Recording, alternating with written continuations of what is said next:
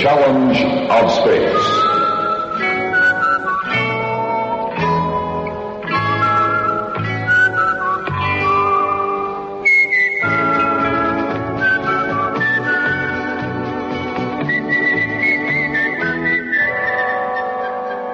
Carling, world brewers of the great American beer Carling Black Label, presents another story in the dramatic series, The Challenge of Space.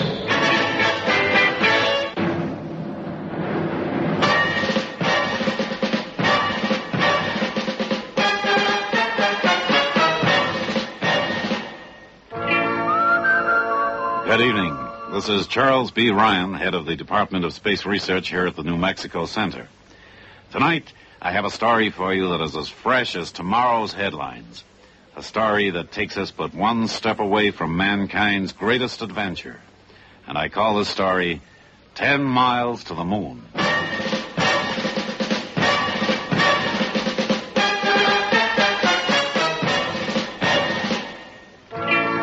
When the sun burns straight overhead and the grass lies scorched underfoot, when the breeze is gone and the air hangs heavy as lead, when the red dust cakes on a man's face and the dryness bites deep in his throat, that's when a man needs a beer. Carling Black Label beer. Husky, lusty, and strong. Carling is the man's brand. Extra strength Carling Black Label is now brewed right here in South Africa, so you don't lose a day of that lusty, lively taste Carling is world famous for. If you've got a thirst, put our brand on it. Carling Black Label, brewed for men in 18 breweries around the world.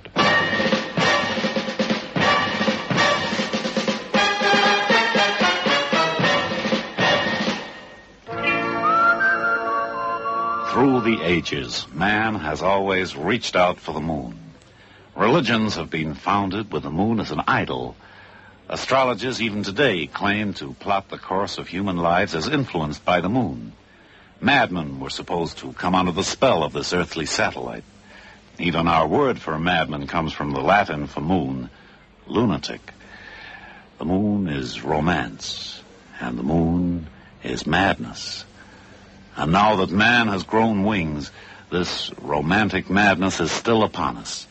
For we are the people who are blessed with the technology and the ability to do what man through the ages could only long to do. To reach out and touch the moon, to walk upon it, and to say in truth, we have known the moon, and it is ours. In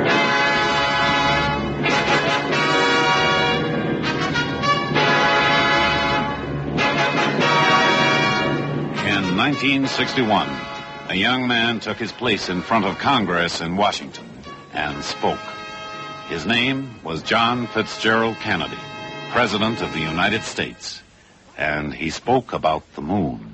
I believe this nation should commit itself to achieving the goal, before this decade is out, of landing a man on the moon and returning him safely to Earth. No single space project will be more impressive to mankind, and none will be so difficult or expensive to accomplish. And I ask this Congress for funds to enable... An impossible dream? Another instance of moon madness? At the time, that's what it seemed to be, because the Russians were far ahead in the race toward the stars. America had not even been able to place an unmanned lunar probe closer than 20,000 miles to the lunar surface, and that's a good distance away. Nobody believed then, even remotely, that it could be done. And yet, in 1962, President Kennedy spoke again, spoke on the same subject. No nation which expects to be the leader of other nations can expect to stay behind in this race for space.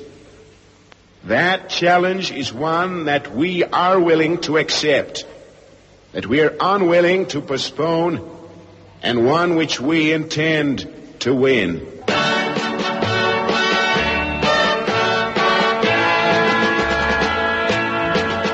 The Challenge of Space, the title of this series of programs, and the words of President John Kennedy. But of course, there were immediate problems. Nobody knew just how to go about reaching the moon, far less landing a man on its surface. Rocket expert Wernher von Braun, looking far into the future, saw it like this. I would use 2 Saturn rockets, one carrying a manned capsule and the other one carrying extra fuel. Both these rockets would be launched into Earth's orbit, and there they would rendezvous, while the rocket with the capsules refueled from the other. The refueled capsule would then shoot out of orbit towards the moon and return. In effect, quite simple. That was one approach from Wernher von Braun. Maxime Faget, one of the designers of the Mercury spacecraft, had yet another and possibly simpler idea. Here is how he described it. Naturally, everyone knows that the shortest distance between 2 points is a straight line. So I envisage a rocket larger than any rocket yet on the drawing boards, which will simply lift the spaceman from the Earth directly to the moon. The capsule, which has a certain amount of power of its own, would then lift from the surface of the moon and return to Earth. 2 very sound theories from 2 of the leading exponents of rocket research. Both were worth considering, but the final answer had not yet been reached. An American spaceman had to reach the moon. President Kennedy had given the green light. But how would it be done? It was at a meeting in Washington that the answer was finally reached, and from the most unexpected source.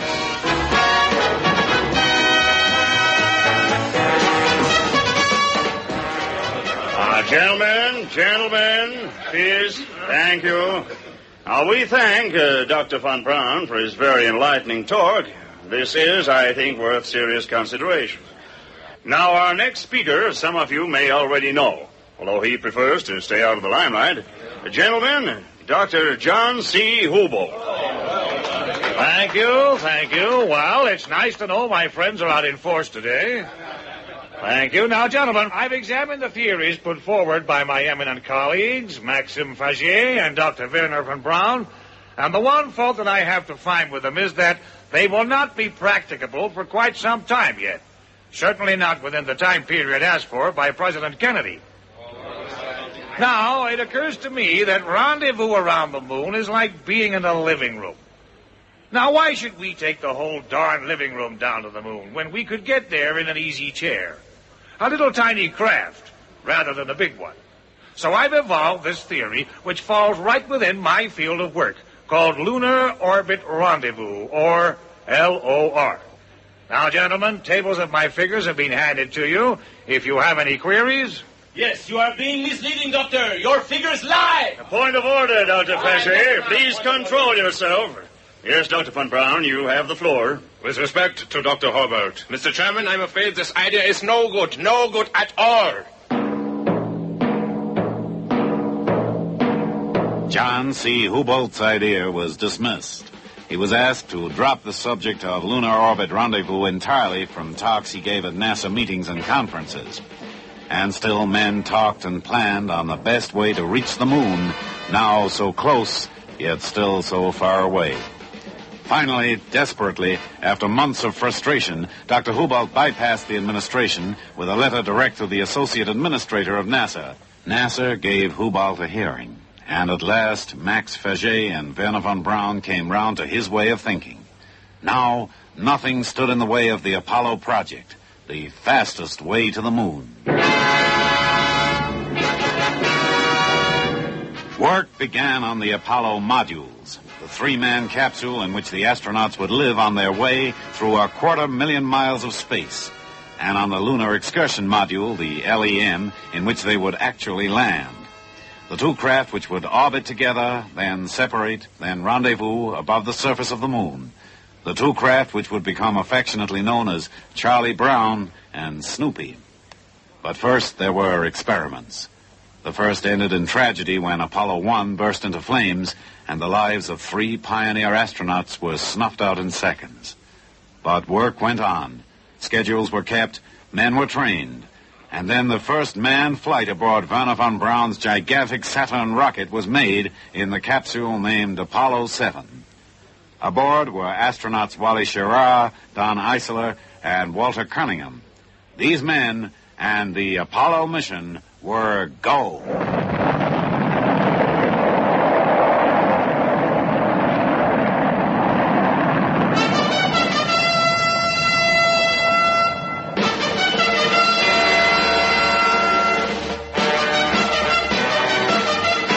They practiced the intricate maneuvers of docking in orbit, then returned to their native Earth. But then America gave the world a Christmas present unlike any it had ever had before. Astronauts Frank Borman, James Lovell, and Bill Anders flew their Apollo 8 capsule around the moon. Chris, the horizon here is very, very stark. The sky is pitch black and the sun is white. We can see the lunar craters Casper and Gilbert. Further on the horizon, the mountains are coming up now. They're heavily impacted with numerous craters. There's a beautiful moon out tonight, Frank. There's a beautiful Earth out there that we can see, Chris. I can see the entire Earth now, out of the center window. Eddie, do you suppose there's intelligent life down there? Who's the joker? That's Bill Anders. But you know, as we headed out toward the moon coming up here, the Earth got smaller and smaller. The continents blended together. Maybe man's problems will also blend together and get smaller. And we can start generating a spirit of cooperation. Merry Christmas, Frank.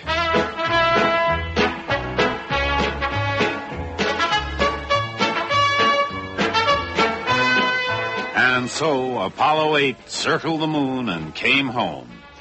Then came the little publicized Apollo 9, but all this was prelude. Nothing more than the overture to the symphony which had yet to come. Because now came the second to last step in man's greatest achievement. Now, wheeled out on its enormous gantry to the launch site at Cape Kennedy, comes the mightiest rocket the world has ever seen, the Titanic Saturn V, the brainchild of Werner von Braun. The Saturn V rocket, the most powerful of all the Apollo boosters, consists of 3 stages. The first 2 stages are jettisoned immediately after burnout, by which time the 3rd stage and the modules will be in a parking orbit around the Earth. Now, a 5-minute burn of the 3rd stage boosts the spacecraft past escape velocity, the speed needed to escape the Earth's gravitational pull, and sends it on its way to the moon at 24,000 miles an hour. After the 3rd stage is jettisoned, all motive power comes from rockets contained in the service module, which is only jettisoned shortly before splashdown.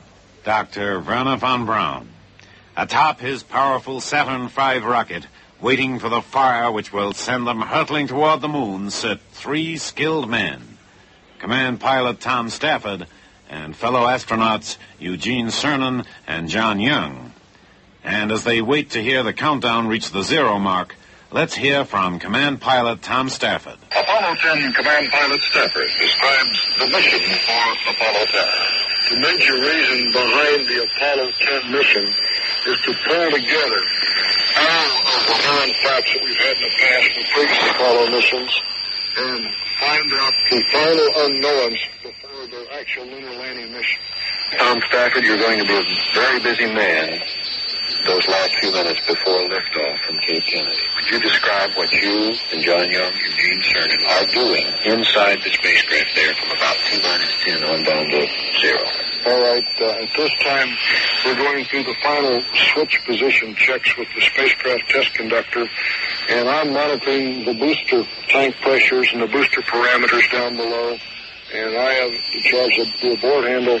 John Young is looking at the computer in the center seat and looking at some of our basic small engine parameters, and Gene Cern's on the right checking the fuel cells, electrical power, around nature's AC power, DC power, and the systems on the right-hand side. Tom Stafford, interviewed by William McCrary and Red Turner on the Voice of America.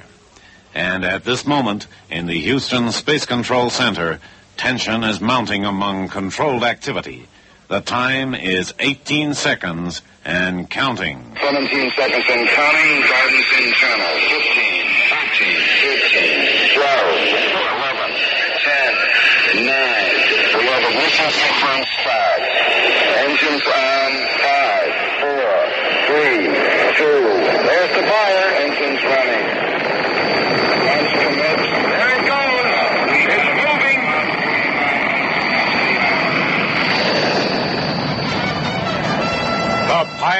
of Apollo 10 are on their way to the moon.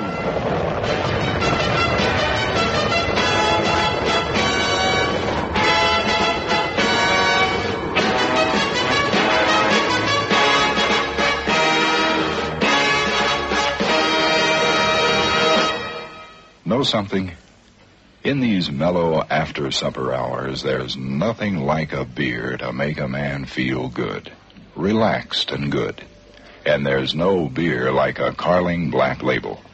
Carling is the man's brand, the great American beer that's now brewed right here in South Africa, so you don't lose a day of that lusty, lively taste Carling is world famous for.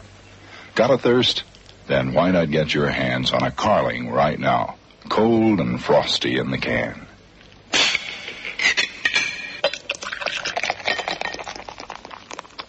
Man, oh man, isn't that just what real beer is all about? No wonder Carling is enjoyed by men in more than 50 countries around the world. Go for the man's brand. Go for Carling. Carling Black Label.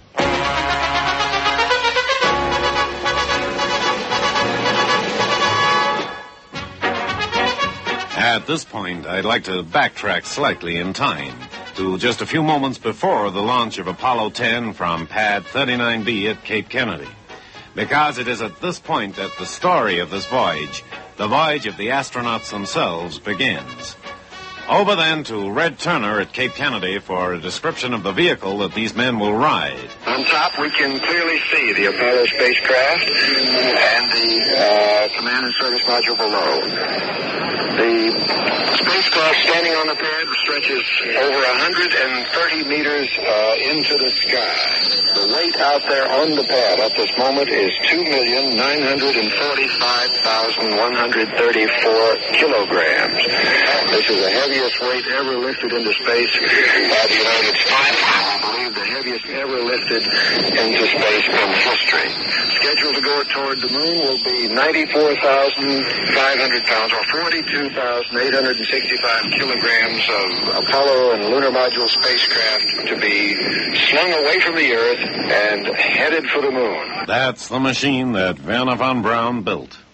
Perched high above it, the three men wait their long journey, a journey of 8 days and more than 500,000 miles. On 5, 4, 3, 2, 1. All engines fire. Launch commenced. Liftoff. We have liftoff.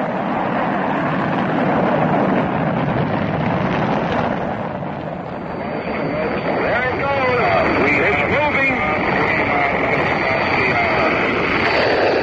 Looking at the pad. Up into the sky. Clear the tower. Here comes the lunar past the gate. Listen to that rocket move. Up into the clouds. Rock and roll. Disappeared into the clouds. That's William McCrory at the Apollo News Center in Washington describing the launch of Apollo 10. Now, just how fast does a rocket this size travel? How long does it take to place three men, their equipment, and a booster rocket into orbit? Let Jack Riley answer that question from the Apollo Mission Control Center in Houston. With all systems go, just more than 3 minutes into the ride. 3 minutes, 9 seconds, downrange, 81 miles, 46 miles high. 81 miles downrange, 46 miles high, at 3 minutes and 9 seconds into the mission. And just 1 minute and 40 seconds later, the ship was all of 230 miles downrange and 76 miles high. Some ride. And maybe Eugene Cernan said it best just shortly after liftoff when he spoke with his buddies up there. What a ride! Oh, babe, what a ride! Beautiful. Everything's looking good. It's fantastic, babe. Really fantastic. Just like old times. Then, scarcely 10 minutes after liftoff, this was the news from Apollo 10. 15 minutes after liftoff from the Earth, and the spacecraft is now moving fast out across the Atlantic. It is safely in orbit, beginning its first revolution of the Earth. The raw power of the gigantic Saturn ship, placing the three men in their orbit less than 15 minutes after liftoff. Now they began their first swoop around this Earth of ours, crossing even the sprawling continent of Africa in a handful of exciting minutes. They're well into orbit. We're passed over the Canary Islands, going over the continent of Africa, over Mali, Niger, Chad, in another 4 minutes, Central African Republic, Uganda, over Nairobi, right over Nairobi, and out over the Indian Ocean.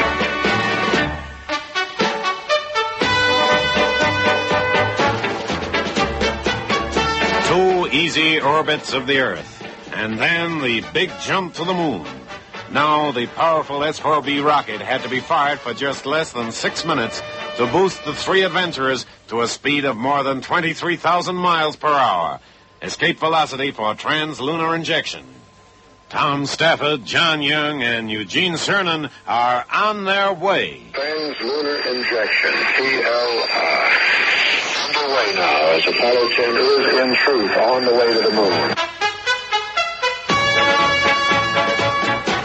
Now the pace of work eased out for Tom Stafford, John Young, and Eugene Cernan. There was still work to do, sure, but now there was also time for rest and relaxation and for much-needed sleep. And with the moon in the region of 3 Earth days away, there was even time for kidding around with the ground staff. Hey, Houston, is Charlie Duke there? He sure is. Go ahead, Gene. Hey, Charlie, babe.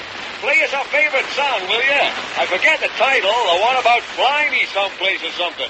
You know the one I mean, babe? But there was still work to do. Plenty of it. Flight paths, systems, communications, figures, all these had to be regularly checked and rechecked between Apollo 10 and Houston Control to make sure of a perfect lunar orbital entry. Then, on the night of May 21st, 1969, at 10:45 p.m. South African time, the rockets of Apollo 10 fired twice, and Tom Stafford spoke. Charlie, you can tell the world that we've made it.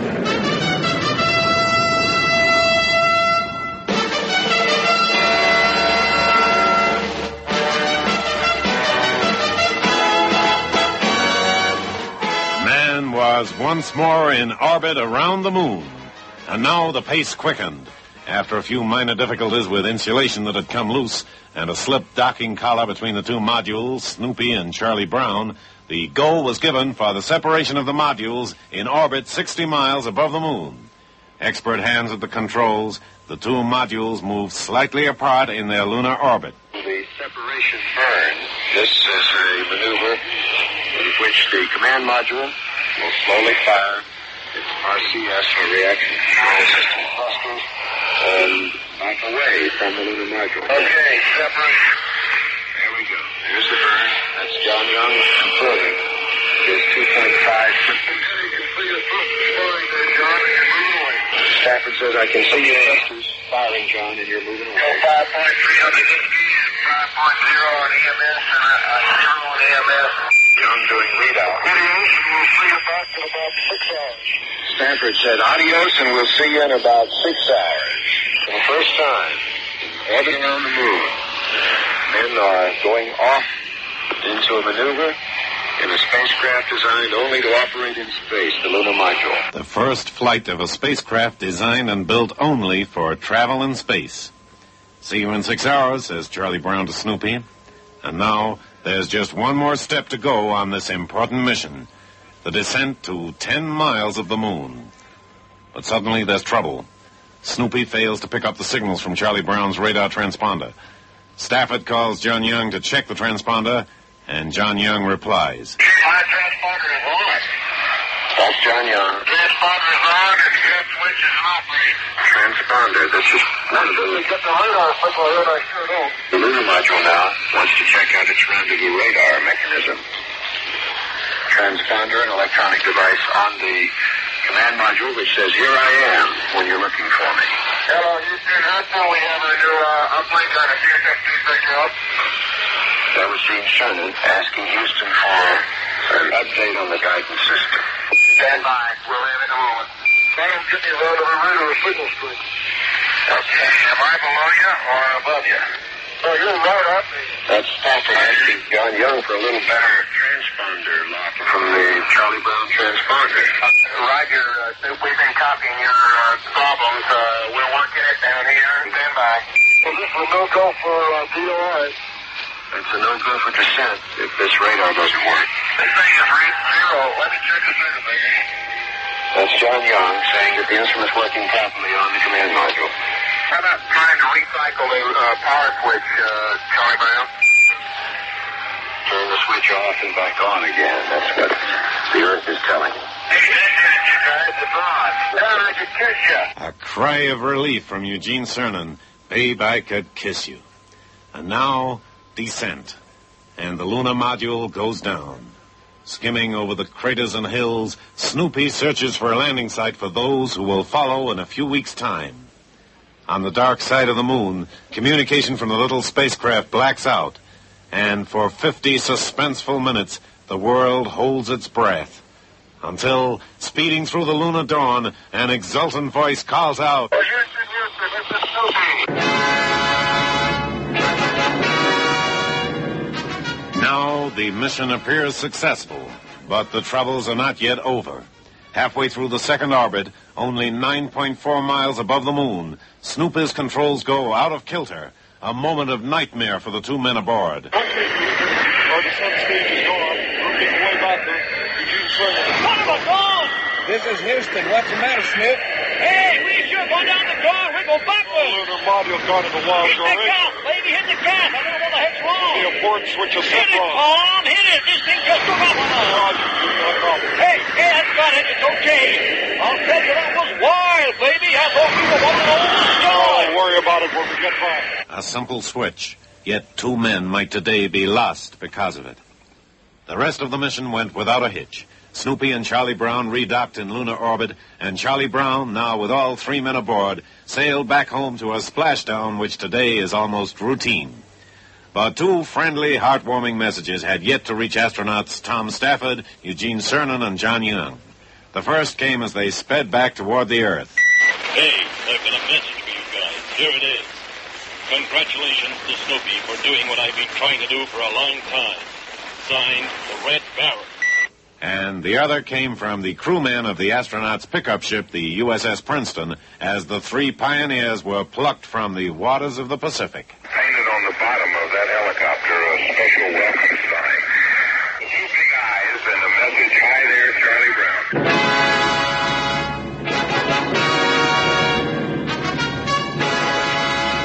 And that's the story.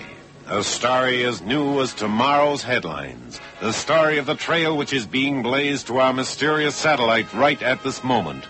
A story of hope, of endeavor, of frustrations, and most of all, of supreme courage. Only a few days from now, God willing, man will have set foot on the moon for the first time. An impossible achievement, but for those who blazed the exciting trail. And next week, I hope I'll be here to tell you about the preparations for this historic journey. Until then, this is Charles B. Ryan here at the New Mexico Center, wishing you all good night.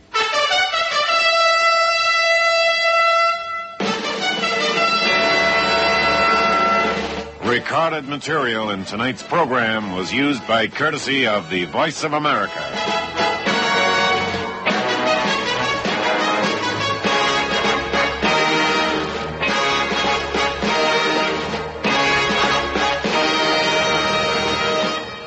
Got a man-sized thirst? A thirst for a beer that's strong, husky, and lusty to the last lively drop? Then go for the Man's brand, now in new man-size cans. Big new 16-ounce man-size cans of Carling Black Label are available now in the Transvaal, Free State, and Northwestern Cape areas. Man, oh man, this is what real beer is all about. Go for the Man's brand.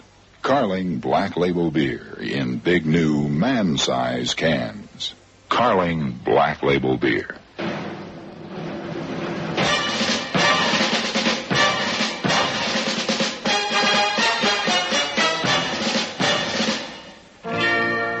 Carling invites you to listen again next week to another story in this dramatic series, The Challenge of Space.